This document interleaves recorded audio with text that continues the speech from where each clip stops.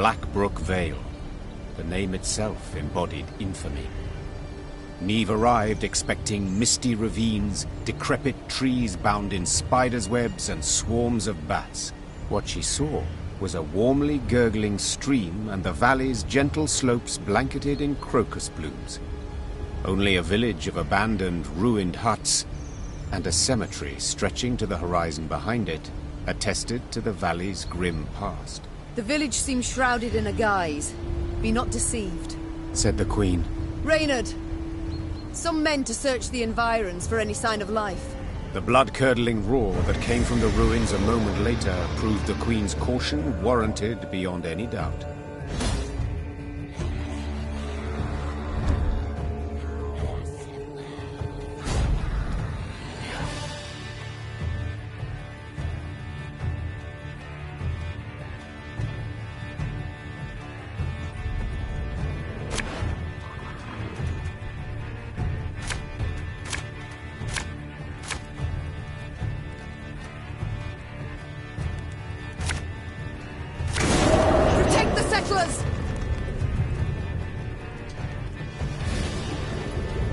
This harvest will be reaping black-clad heads.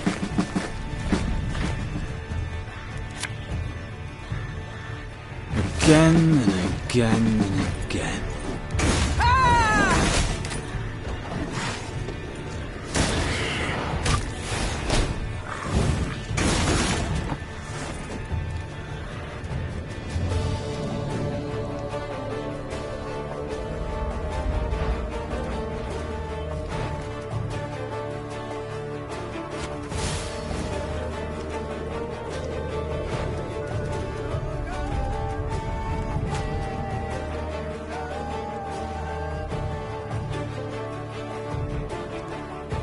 You mad? Don't shake that! You must sweat like a swine in that jacket. My spirit's willing and how, but these damn boots are killing me.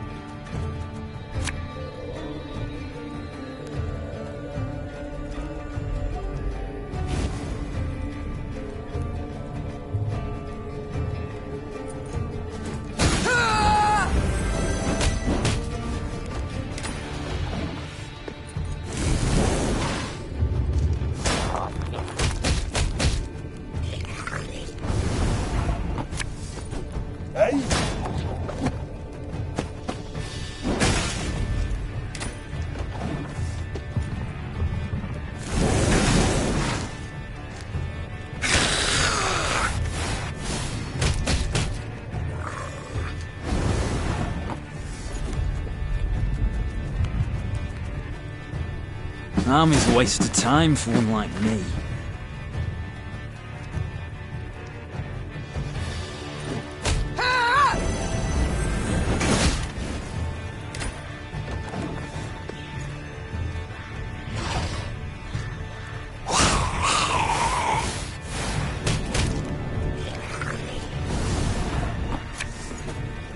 Ever have a storm knock out one of your teeth?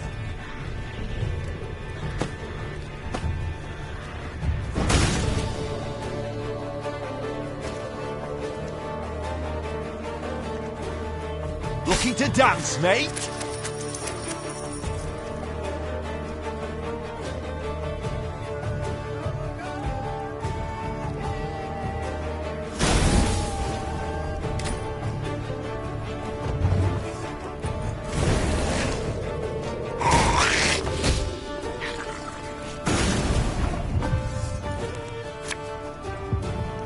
It's not too late to walk away.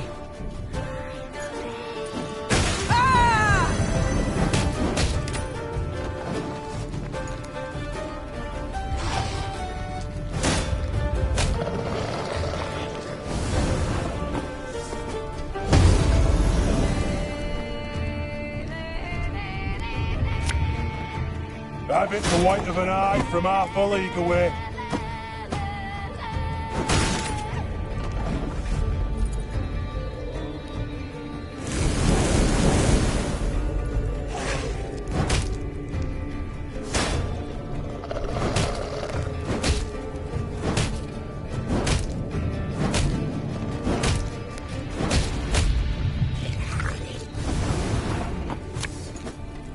What you looking at?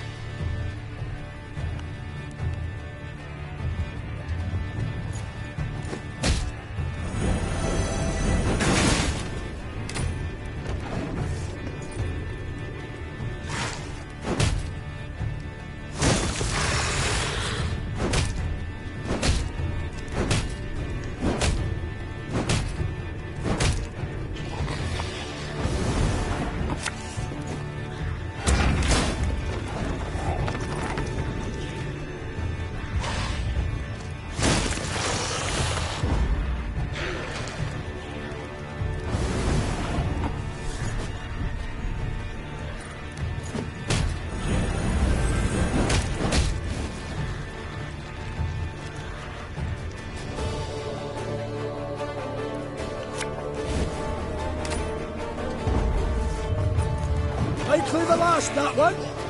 Should be safe now.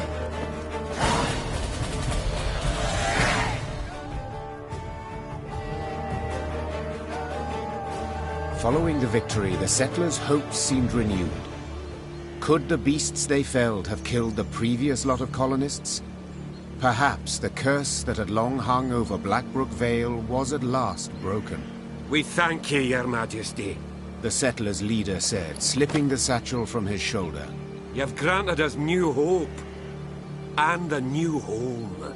The dwarves had rolled up their sleeves, were prepared to go at the huts to repair them, when one of their number cried out. Hold! There's something here. Something reeky. A voice most familiar, thought Meave. Yes, for it belonged to Barnabas, the rescued inventor. The gnome had elbowed his way to the fore, stood on his toes, extended his nose, and inhaled through it like a pointing hound seeking out wildlife. Ignoring all queries, Barnabas had then sat down on the brook bank, filled a glass flask with water, and was now holding it up against the sunlight, dipping into it the tip of his tongue and some strange scraps of paper extracted from the depths of the pockets of his patched coat. Finally, Barnabas stood, brushed his backside clean, and announced his findings. Well, we know with some certainty the reason for the settlers' demise. 'Twere not beasts, no. They prowled in later, drawn by fresh graves. 'Twas the water. Oh, roll your eyes and whirl your fingers all you want, and then peer at the brook. Nary a fish. All poisoned by subterranean fumes.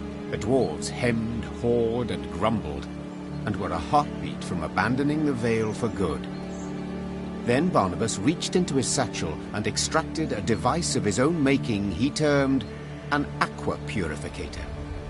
That is to say, a water cleaner, as odd as it may seem. You need but siphon water through this straw. Then drink up, worry-free. Thus Meave rode out of Blackbrook Vale, deep satisfaction in her heart. The dwarves extolled her for being bold, shrewd, and wise, while Gabor ensured this praise would likewise reach the meaty ears of Elder Hoog. We're the dwarves of Mount Carbon, hoo-hoo-ha, hoo-hoo-ha, and 2 hammers is our sign, is our sign. We feed those suffering hunger, hoo-hoo-ha, hoo-hoo-ha, but our foes we smash asunder, aye, aye, aye, aye, aye, aye. Spill me ale and get a pound and hoo-hoo-ha, hoo-hoo-ha, such is life neath the mountains, aye, aye, aye, aye, aye, aye. We're the dwarves of Mount Carbon, hoo-hoo-ha, hoo-hoo-ha, and 2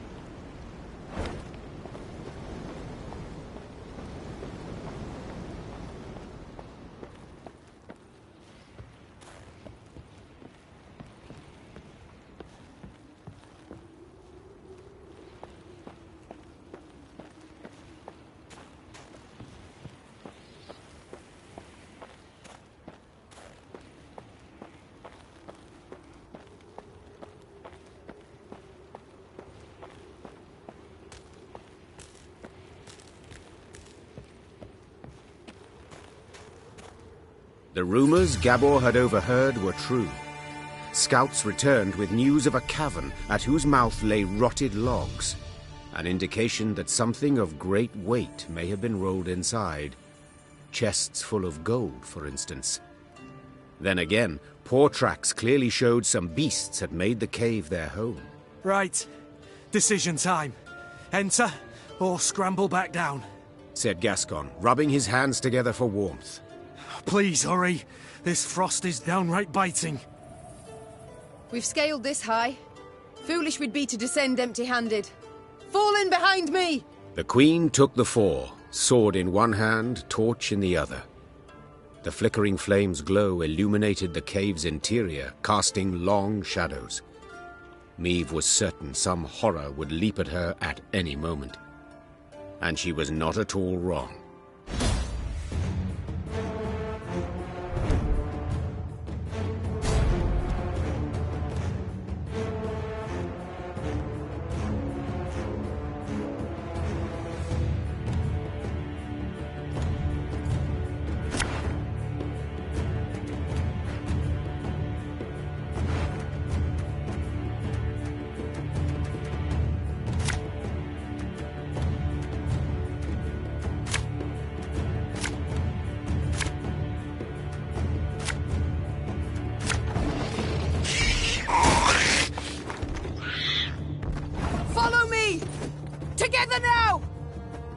Anyone here struggle with strong reservations when entering monster-infested pits?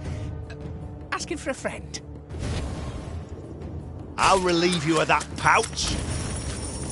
Catch!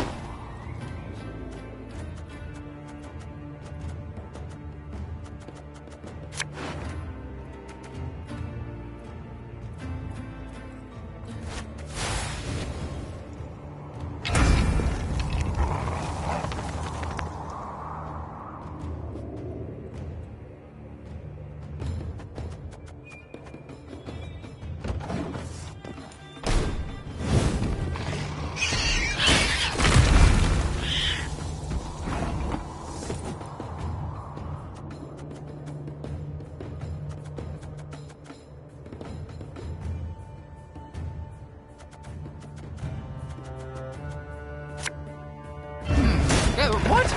Oh, yes, I'm on it.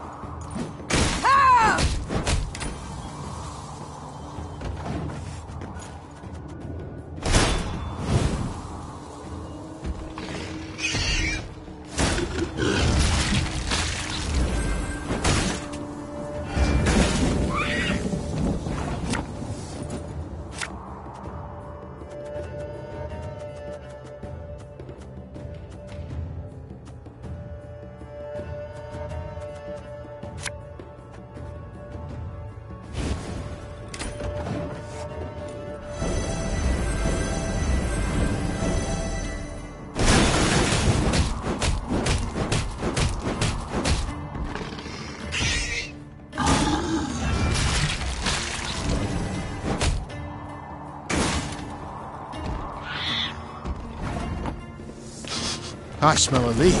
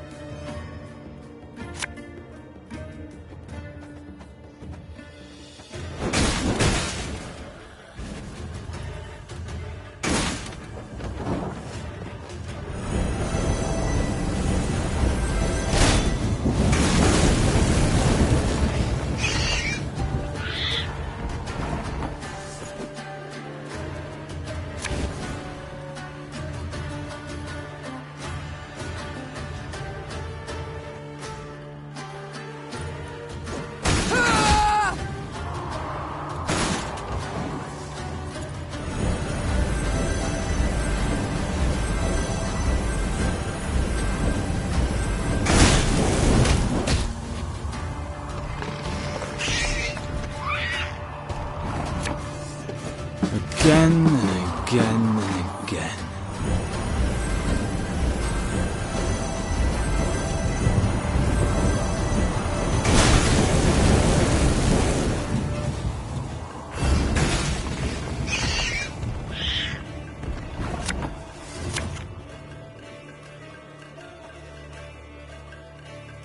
Company! Forward march! What do you want of me? Sorry, turnips back for an encore.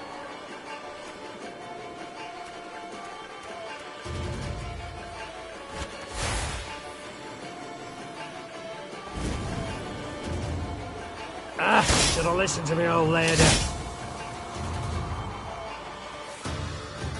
Army's a waste of time for one like me.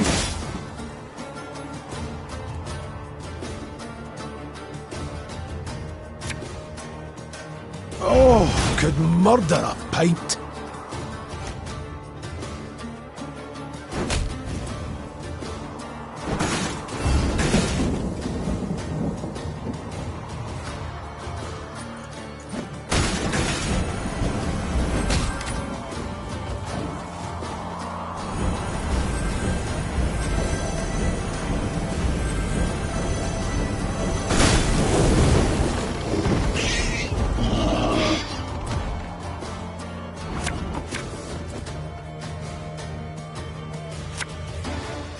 Got a death wish?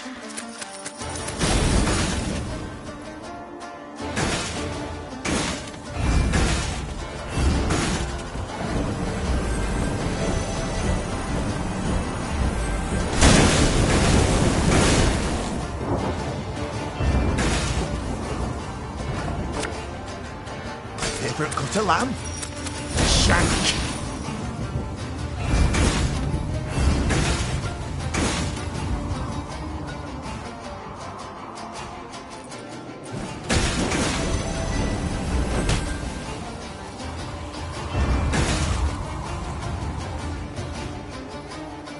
I've hit the white of an eye from half a league away.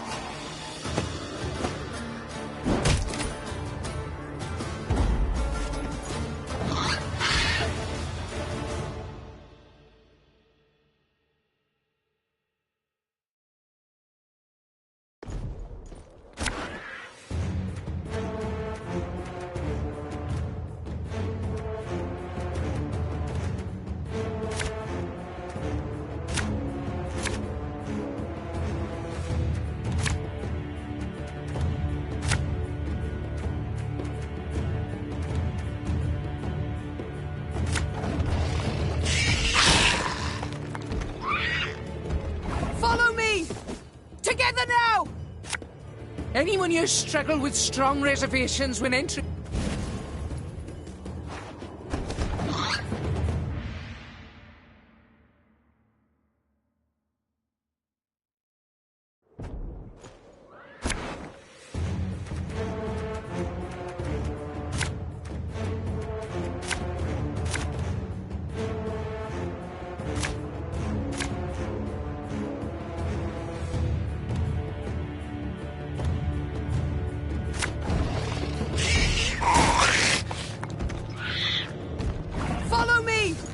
Together now!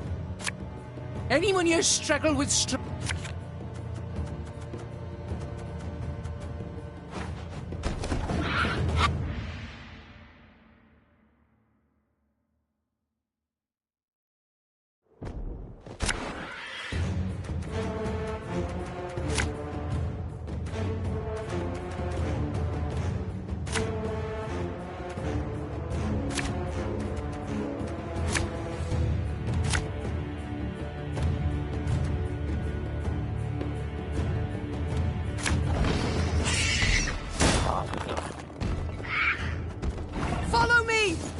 Together now!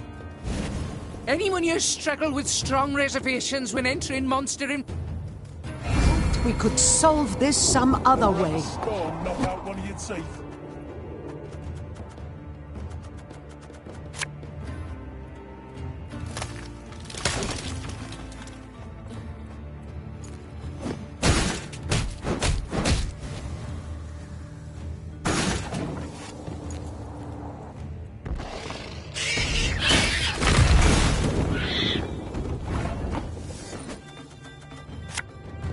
Catch!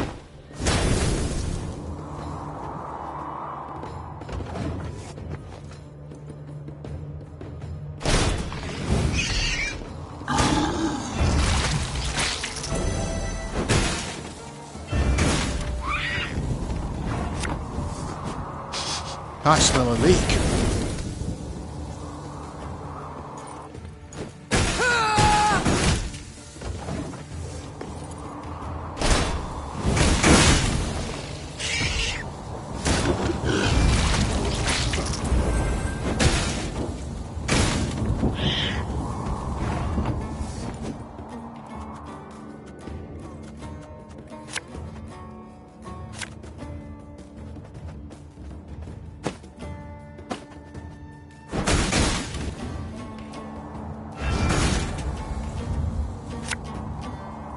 Army's a waste of time for one like me.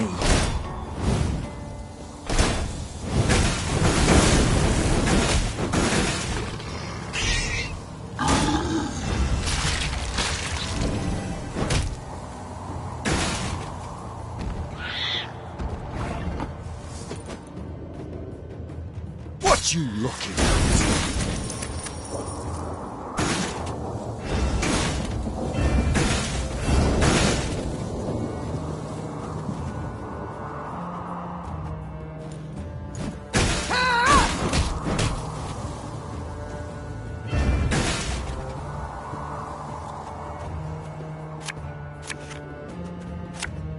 Left, right, left, right.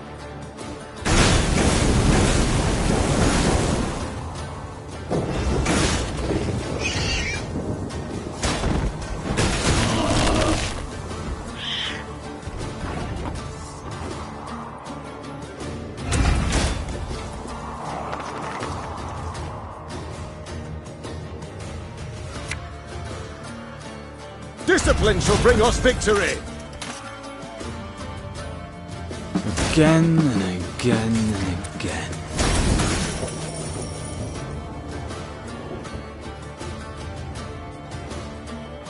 Tell me you jest.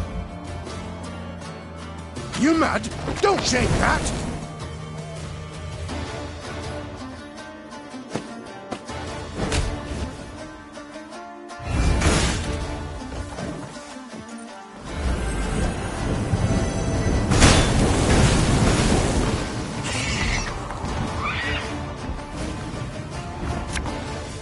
There's a time to reap, a time to sow, and a time to...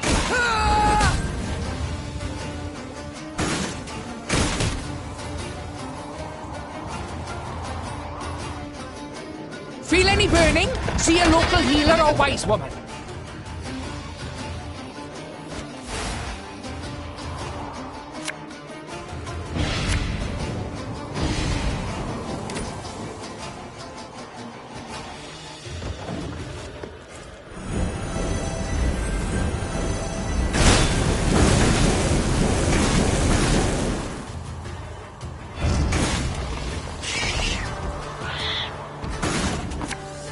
Got a death wish? My favourite cut of lamb? Shank!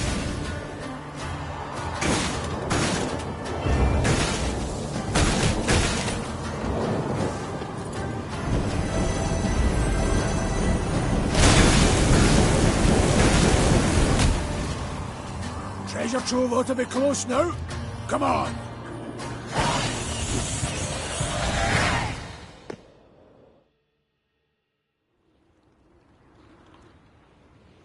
As soon as the last beast had fallen, the Lyrians took to seeking out the treasure. Soldiers dispersed throughout the caverns in a rush, penetrating every last corner. Finally, one called out.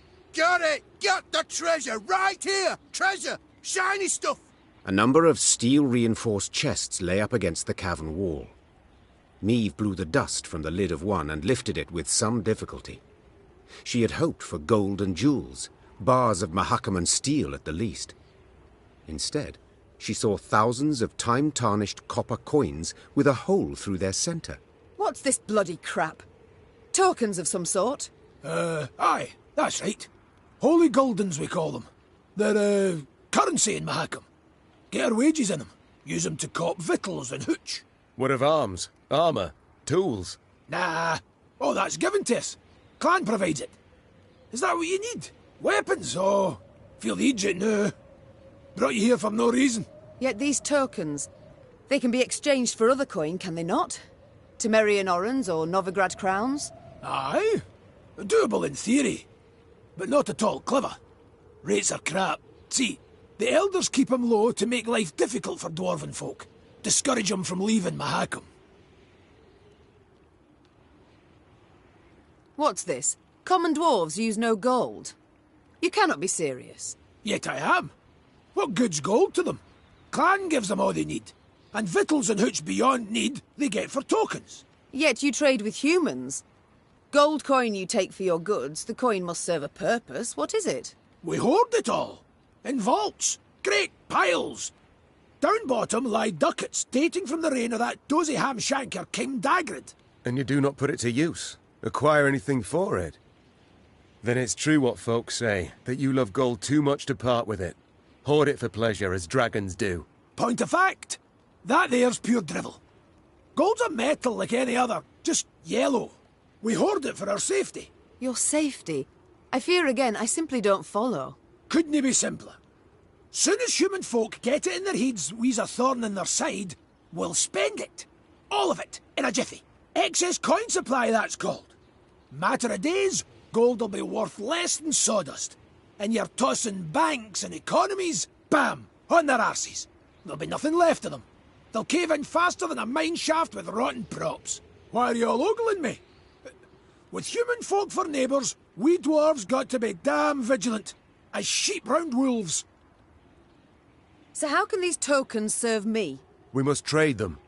Even should we get a pittance, it will be something. The soldiers demand their pay. Ach, your bums out the windy. Fighting men want full dixies and tankards of hooch. Coins but a means to that end. What do you suggest then? As I've been saying, the tokens we use to purchase nourishment and mead, and what you've got in those chests, why, that'll do to fund a feast the likes of which Mahakam's not seen since Brewer was sworn in as Elder-in-Chief. The fighting men'll eat and drink their fill, carouse about and forget their due and pay right quick. And invite the local dwarves to feast with you, and the clans'll look kinder on you too. Caution be damned. Your Grace, I feel obliged to remind you we are at war with Nilfgaard, and every copper... Should go to building our army, I know. But we live but once, Reynard. Sir Gabor, take the tokens, and arrange me a feast so grand that Ebdahi himself shall hear us revel. As Meave's force could not possibly fit in a tavern, the feast was laid out in a storehouse. Crates arranged in rows served as tables and benches, while the windows were festooned with lion's foot and passflower. Great barrels of mead, cognac, and vodka were rolled in, and when the soldiers saw this, they broke out in cheers and laughter that lasted till dawn. Pour us another round, you lovable Lyrian bastards! For he's a jolly good a jolly good dwarf.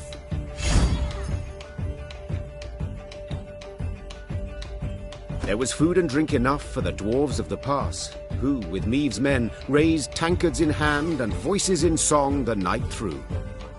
To see them sharing tales and playing cards, one would not believe that anywhere down the mountains, through woods and across plains, humans and dwarves might, for the softest slight, leap at each other, murder in their eyes.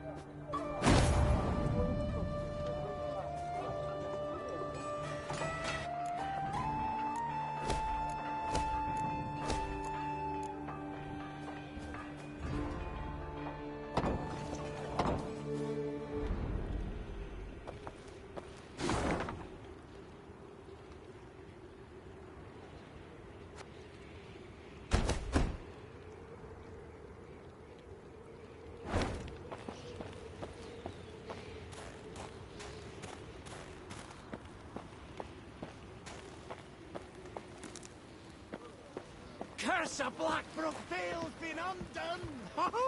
And by a human wench!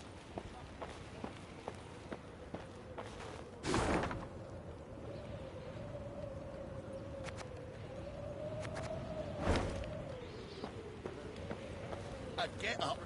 I would, you... Curse of Blackbrook Vale's been undone! And by a human wench! Curse of Blackbrook Vale's been undone! I'd get up. I would, your majesty, but my arse is frozen to the ground. Four Dwarves Codex states it clear. If you're in a mine and something knocks, you'd do best not to knock back. Ever. I'd get up. I would, your majesty. Riding past a mine, Niamh noticed a group of miners gathered around the entrance to a shaft. Frost had settled on their moustaches and beards, suggesting they had been there for some time. The Queen summoned Gabor and asked him to determine the reason for this sit-in. He returned after a few minutes and announced the most curious thing. They're waiting for the knocking to stop. Niamh's frown prompted Gabor to explain in greater detail. According to our laws, dwarves can't go into a mine if there's knocking coming from inside. We're obliged to wait for the ruckus to quieten down. Ah, yes. Our own miners share this superstition. Reynard interjected. They say the knocking is that of a treasure unknown, a kind of mine ghost. With all due respect, your miners are dimwits, Gabor said, patting Reynard on the shoulder. Knocking means an imminent and abrupt discharge of the potential pliable energy of rock formations. In other words, you can, a rock burst. Except usually it's all done in a day or two, whereas these lads have been waiting going on 2 weeks. Foreman's grown impatient. He'd like to send someone down the shaft, have him see what's at issue, but, well, the code forbids us from doing anything of the sort. If in this manner I can gain favour among your brethren, sighed the Queen, dismounting. So be it. I shall descend and see what the problem is. The shaft was too narrow to fit an entire army, so Niamh and a small unit of men entered the mine, miners' lamps in hand, and hearts in their mouths. The rhythmic knocking coming from the bowels of the mountains, distorted and multiplied, was unnerving. Soon the company arrived at the place that seemed the source of the knocking. Gabor put his ear to the rock and listened for several moments in silence, then struck the wall with all his might. The wall crumbled with a crash, opening a passage into another corridor, from which sprang numerous foes.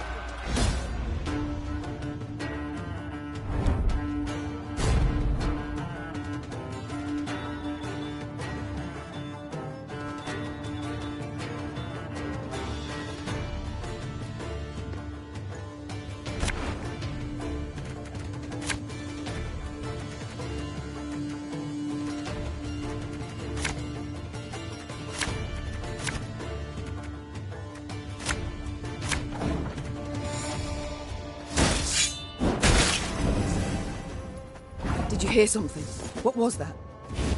My gnome senses are telling me. Those definitely aren't ghosts. Favourite cut of lamb? The shank.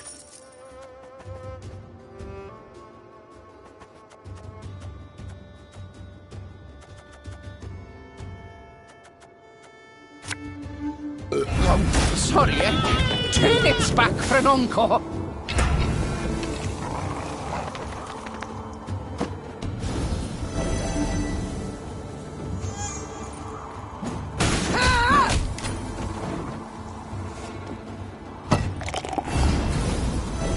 Who goes there?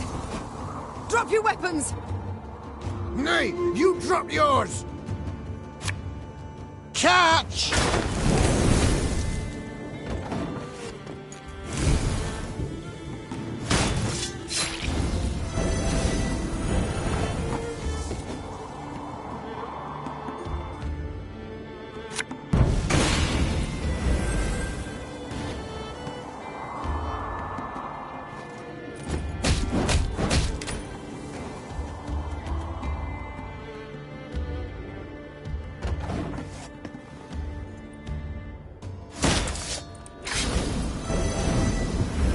Who just grabbed me? Oh, apologies, Maeve. I thought you were Reynard.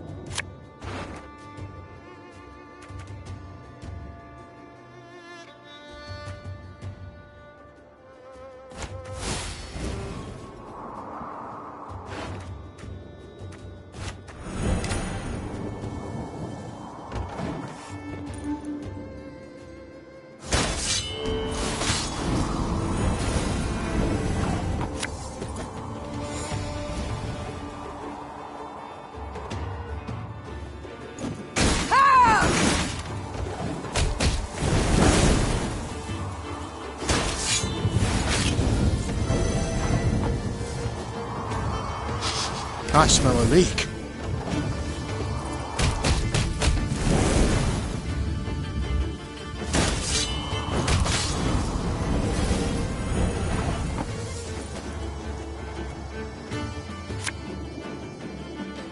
Army's a waste of time for one like me.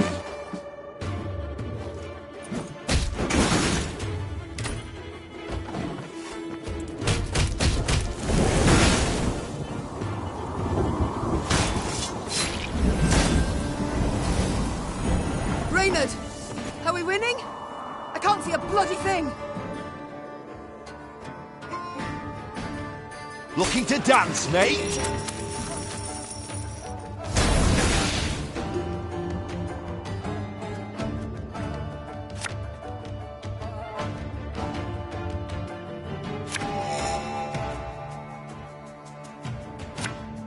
What you looking at?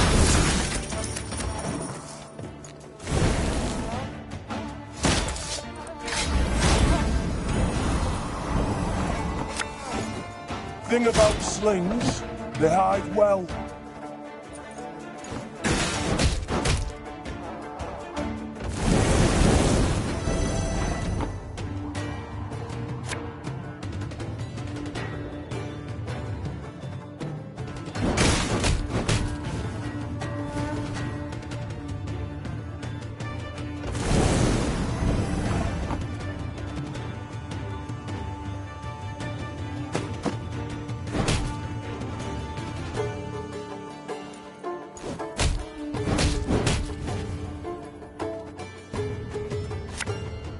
I'll relieve you of that pouch.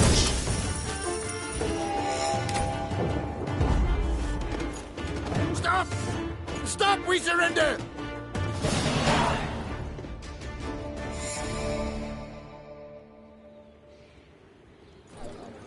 Both sides were surprised. Both fought in the weak light of torches, nearly down on hands and knees. In the end, the Queen emerged victorious, and as soon as she had returned her sword to its sheath, she asked the new prisoners a question that was on everyone's mind. Who the devils are you? The captives looked at each other in disbelief, as if before them stood a ghost. Finally, one of them managed to choke out a response. Your Highness, we're your subjects. Meve recognized the accent at once. The men came from Rivia. But what were they doing so far from home? According to the prisoner's account, after the Nilfgaardians' invasion of their kingdom, terrible poverty gripped the land. Seeking bread, some desperate inhabitants had gone to the mountains of Mahakam, engaging in wildcat mining in search of precious ores. Without asking the dwarves what they thought of this. You know yourself, my queen, explained one captured Riv. They guard their treasure real jealous-like, don't care a whit about the suffering of others. They see us starving down in valley, and don't lift a stubby finger. Sadly, the Rivians had dug close to existing corridors. When Gabor destroyed the wall that stood between them and the dwarves, they were convinced they were being attacked by monsters, so they raised arms in self-defense. Move!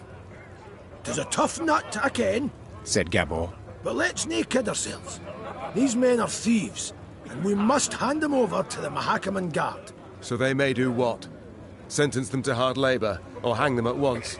Said Reynard, his usual calm shaken and his voice raised. These are your subjects, Queen. They coveted their neighbours' goods, true, but only because they had nowt themselves.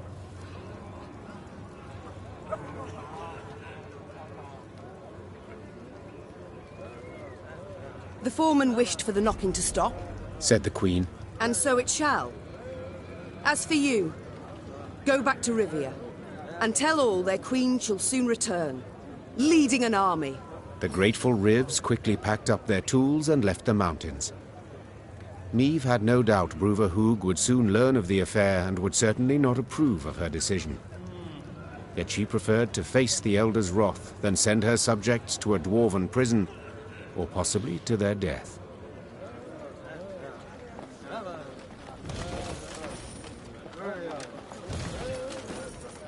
Well, boys, a wee swig and we get back to work. Well, boys, a wee swig and we get back to work.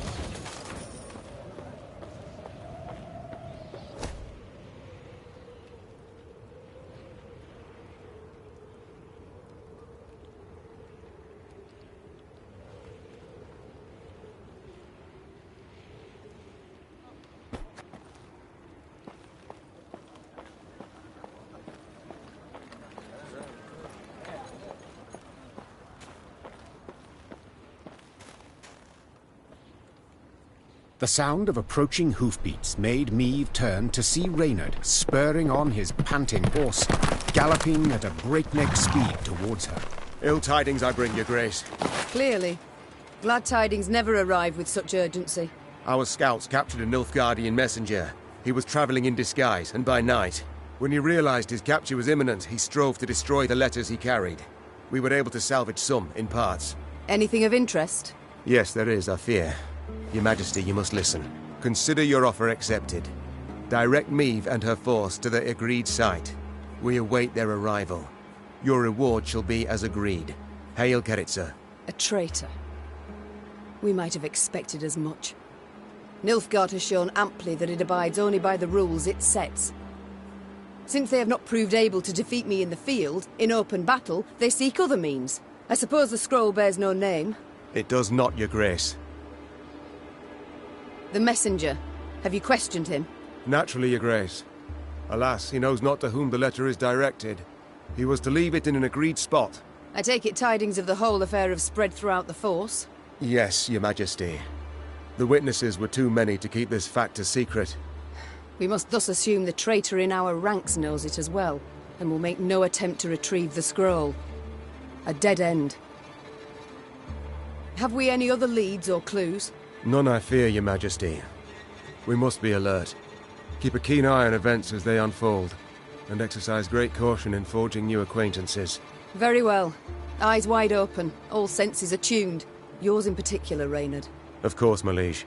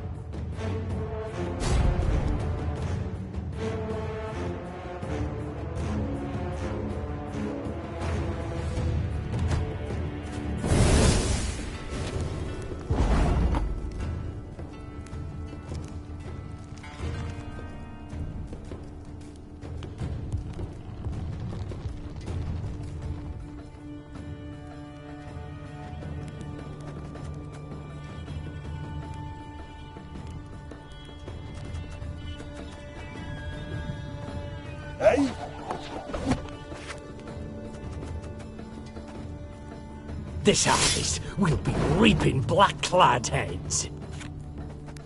My spirit's willing and how, but damn boots are killing me. There's a time to reap, a time to sow, and a time to die.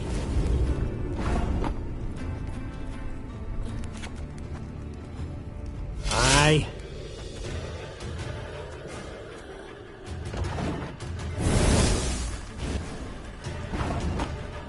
Ever have a stone knock out one of your teeth?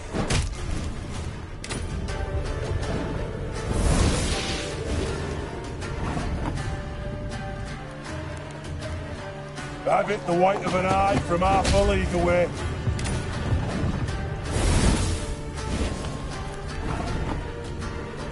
Should have listened to me old lady. Bigger they are, easier they are to target. This harvest will be reaping black-clad heads.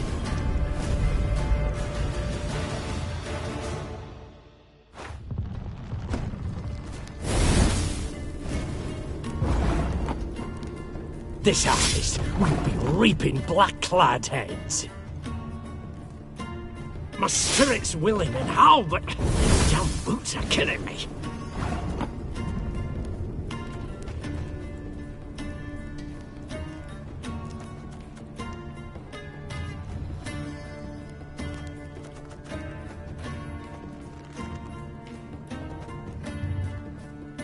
There's a time to reap, a time to sow, and a time to die.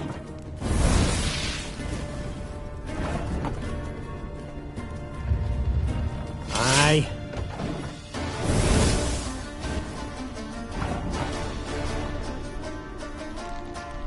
I've hit the white of an eye from half a league away.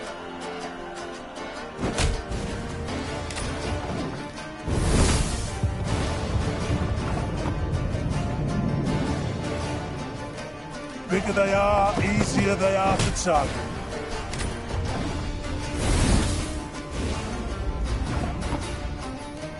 Should have listened to me old lady. Thing about slings, they hide well. This harvest will be reaping black-clad heads.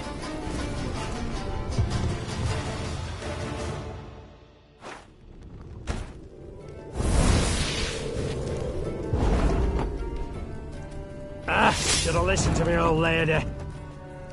This harvest will be reaping black-clad heads. My spirit's willing and how, but these damn boots are killing me.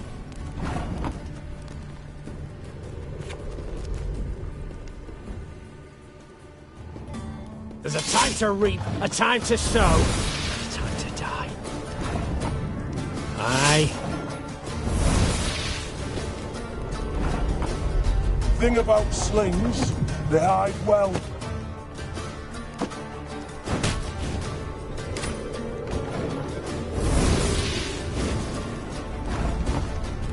Hey?